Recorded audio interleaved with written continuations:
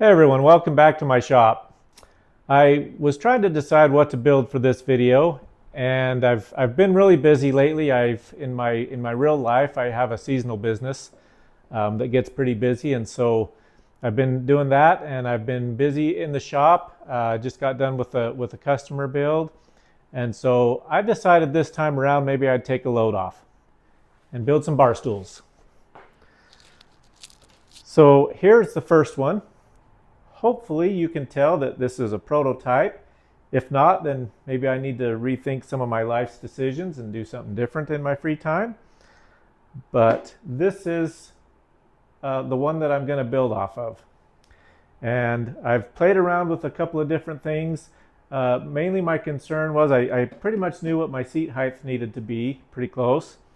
I wanted to play with where to put the cross member for the feet, and I may play with that just a little bit. I also made the seat a little deeper than what I thought would be comfortable, and that way I could build this to play with the depth of the seat.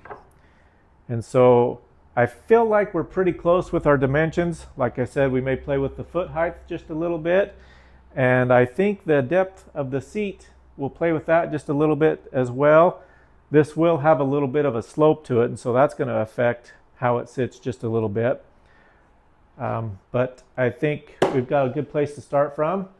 I've chosen Sapele as our wood of choice. It's got nice straight grain and will be really good for bar stools. And I'm trying to decide whether or not to do a wood seat or a padded seat. And maybe you guys can give me your thoughts on that. Would you prefer the wood seat, or would you maybe a cushion seat? So that's something I'm still thinking about. I'm going to make those decisions kind of as we go, but I think we've got a place to start from. So let's make some bar stools.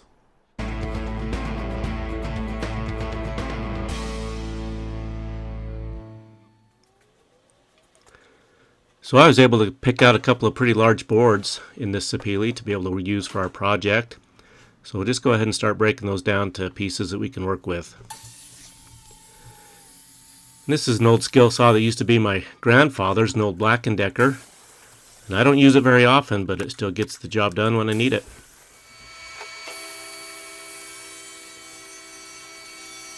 We can use a table saw to break that down just a little further.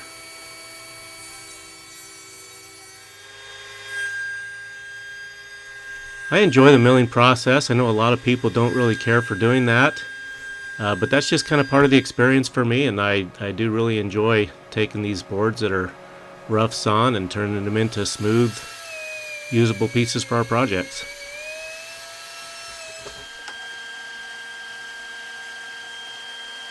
So now we can begin cutting these pieces down to the size for the parts that we need, and here I'm cutting out the legs.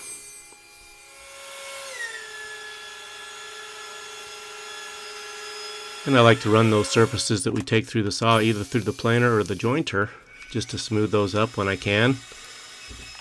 And now we'll go ahead and cut them down to length.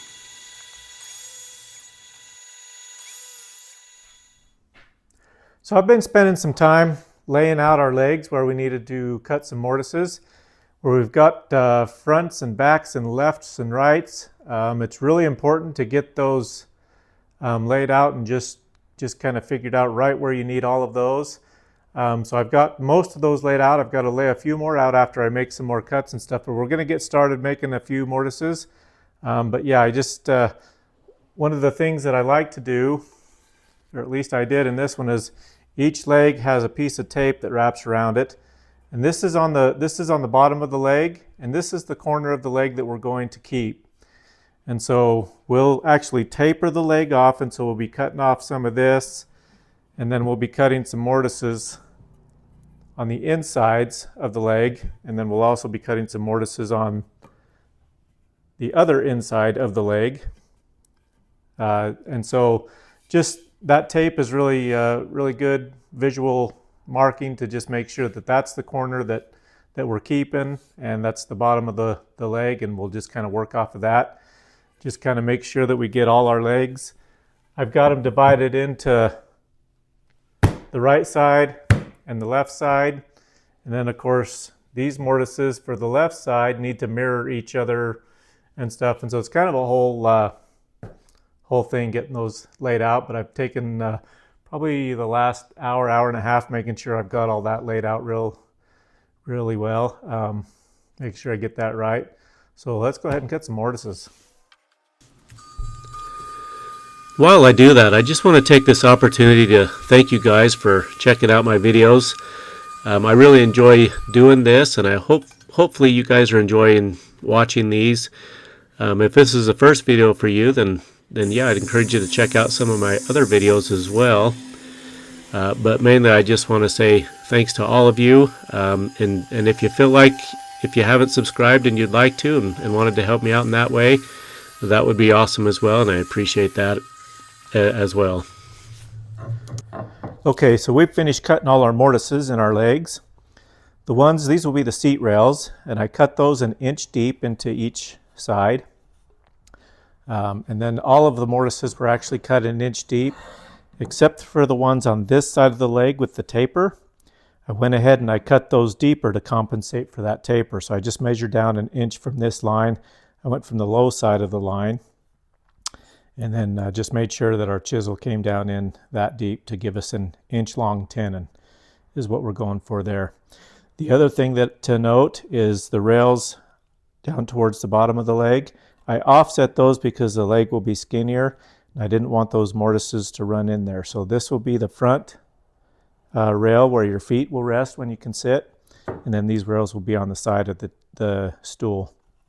And so those are just offset, just to compensate, or offset, excuse me, just to keep those mortises from running into there. So with that, we've got all the mortises done, and now we'll go ahead and start making some rails. This is where I needed to start really keeping track of my parts here, is we have 24 rails for our 3 stools in 4 different sizes.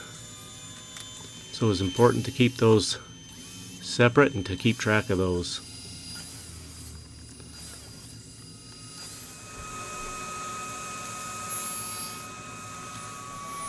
And here I'm starting to cut the shoulders for the tenons.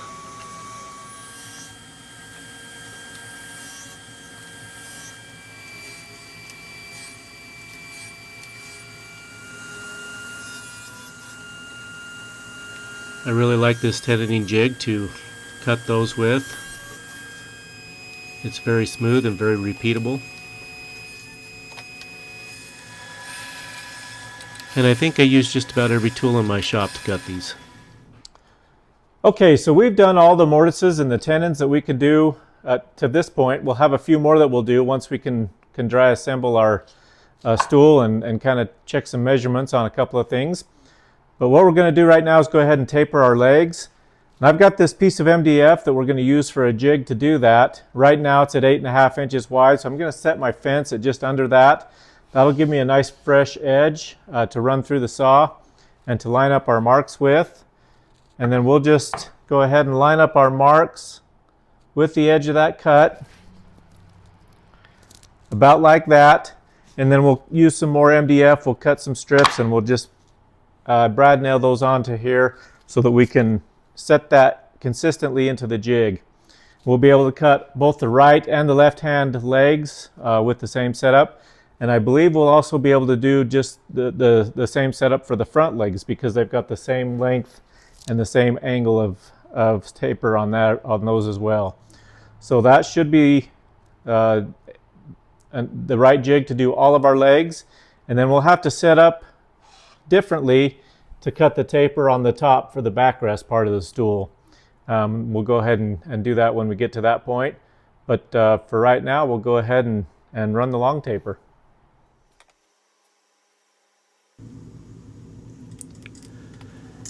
And I'm not using any glue on those blocks, and that way I'll be able to just pry those off and reconfigure our jig when we need to.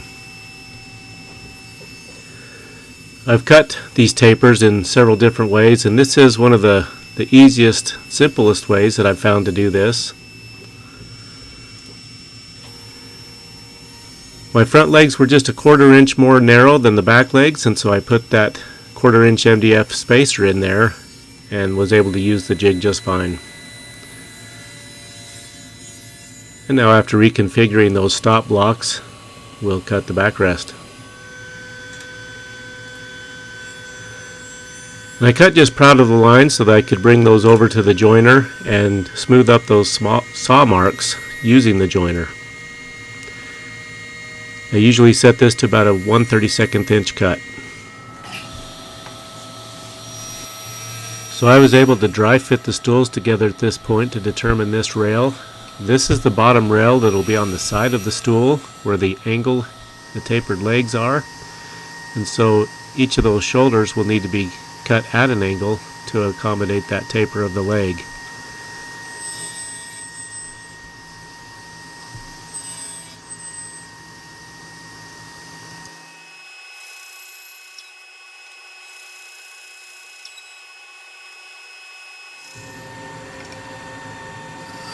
And again, just using whatever seems to work best in my shop to cut those tenons.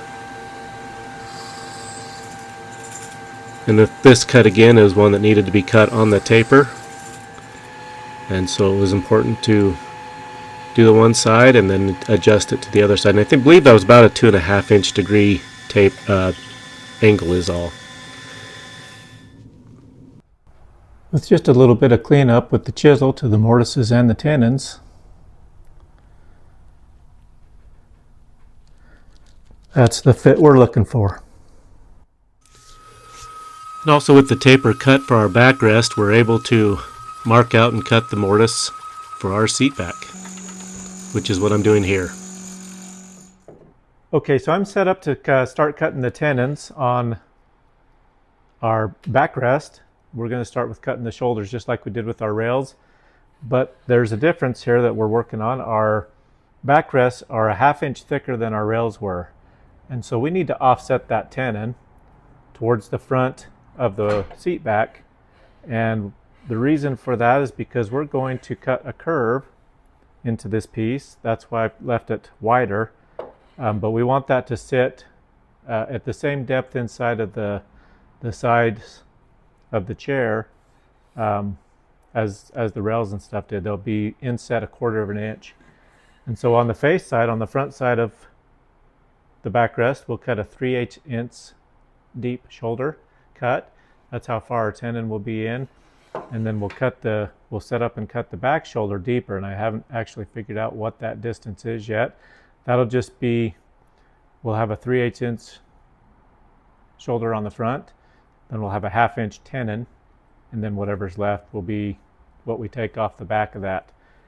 And so with that, we'll go ahead and start cutting those tenons. We're also going to cut down a 1/2 inch from the top and the bottom of the seat back, and we'll do that as well. So here we're cutting the shoulder for the front of the seat. And now I've adjusted that blade to 7/8 of an inch is what that back shoulder cut ended up being.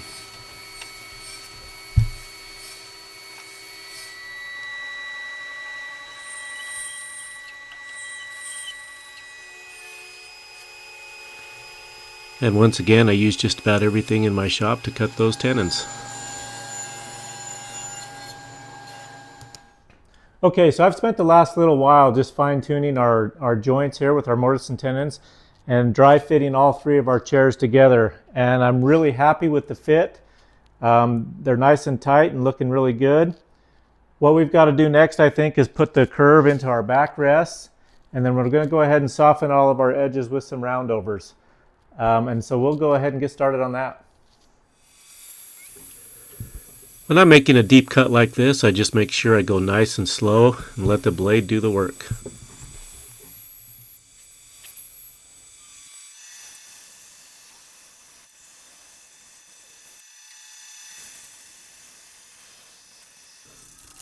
I just decided to use a card scraper. It did a pretty good job of cleaning up those saw marks. And then took care of the rest of it with some 80 grit sandpaper. And now we'll go ahead and round over all our parts and pieces.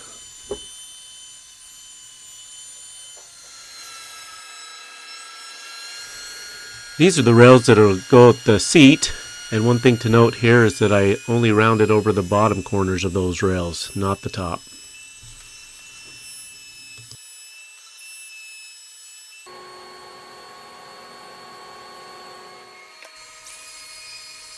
And as long as we was doing some routing work, I decided to chamfer the bottom of the legs, and I just used my handheld router for that. And here I'm drilling some countersink holes and some through holes, and these will be for the screws to attach the seats.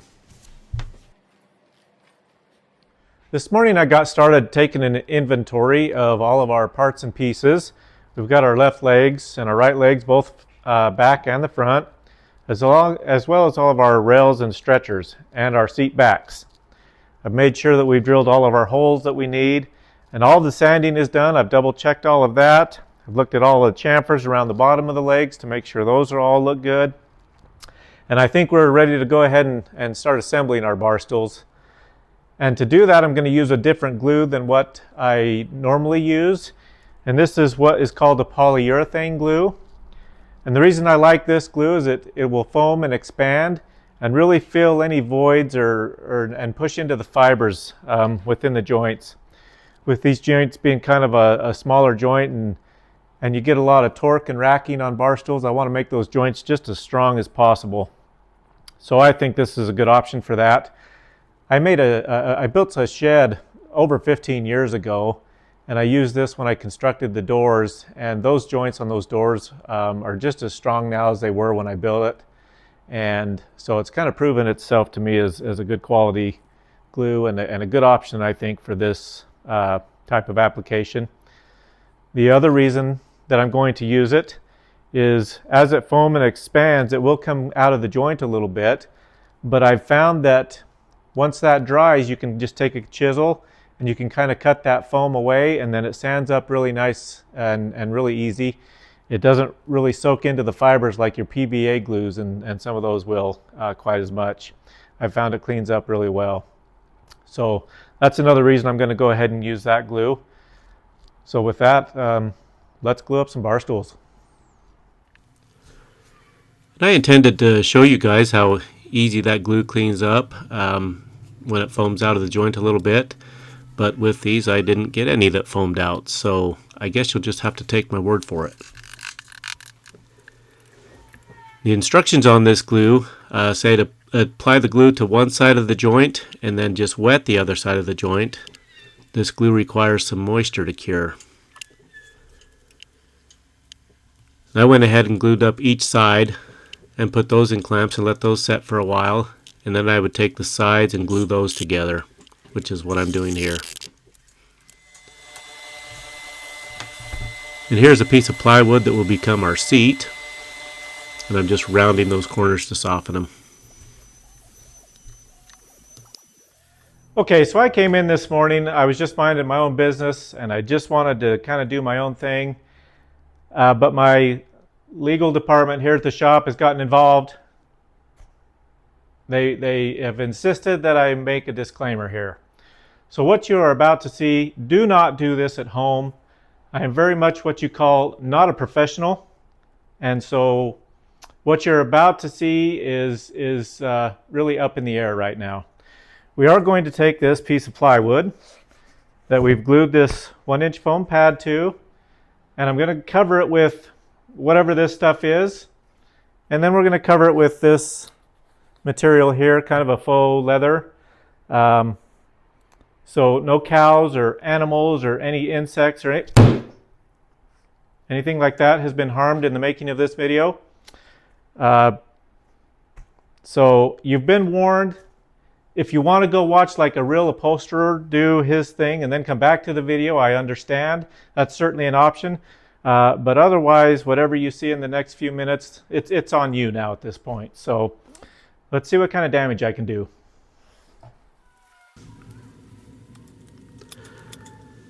So I'm not quite sure what it was with this piece of plywood, as it came from the same sheet as the other pieces for the other seats.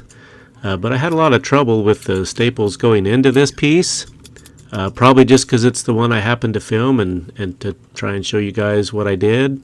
But you know, that's kind of the way it was. I just kind of had to pull a lot of staples because it kind of fought me, but I guess that's what you do when you do upholstery anyways, so it all worked out in the end. I made sure I had plenty of fabric there so that I could just cut away what I didn't need and maybe make up for any mistakes or whatever I might make along the way. And I just tried to do what I could to make everything pull tight and look smooth.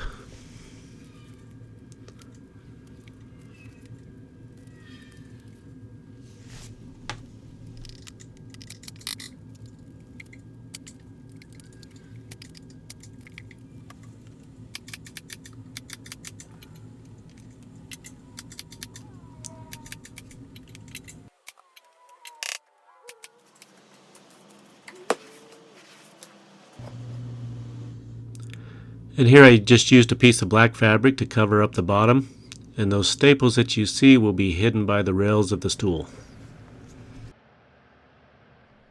Okay, so we are very, very close to finishing up these bar stools.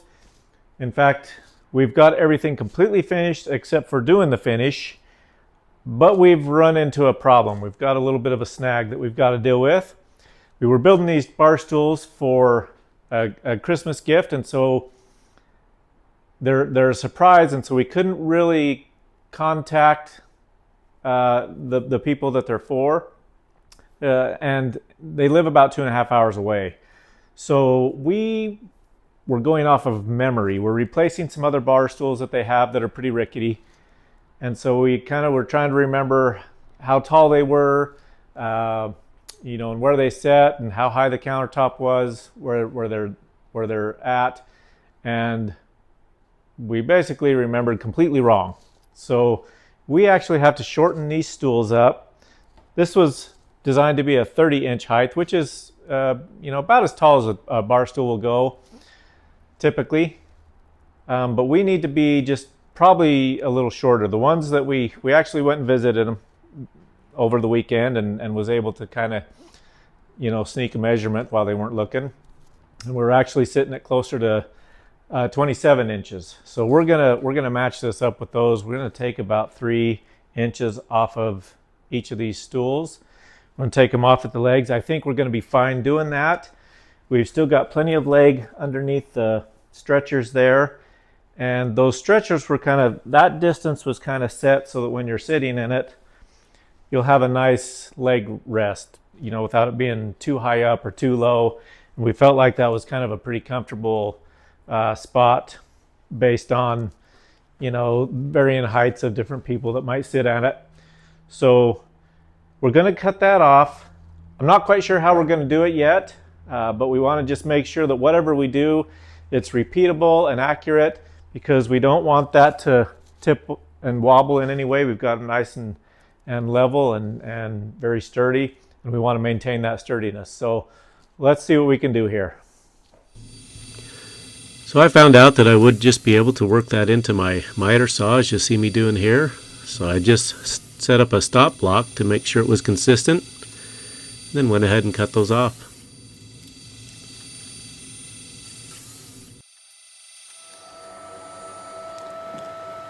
As you can see, that ended up working really well. And now we'll just go ahead and rerun the chamfer around the bottom of those feet.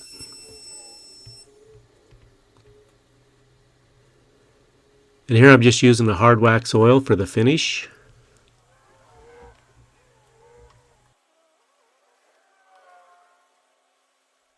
With that, we've gone from prototype to our finished set of bar stools. I started with a pretty crude prototype, and I had to make some changes along the way, but it was very helpful to have this. I don't often use a prototype in my furniture building, but it was very helpful in this case to kind of make sure our dimensions and everything turned out right. I'm very happy with the way our stools turned out. I'd like to know what you think about them. Is there something you changed to like the style? This was my first time working with Sapele, and that is a very, I really like the wood. It's very stable and machines very well. So that was really exciting to work with that. Also have to thank my wife for helping me choose these covers for our seat cushions. Really like the way those turned out and how they match the Sapele. So thank you, wife. And again, thank you guys for sticking with me this long and watching my video. If you found some value in that and would like to help me out and subscribe, that would be great. That really helps me grow my channel and keep more videos coming. So with that, I'll leave you with some parting shots, and we'll see you in the next one.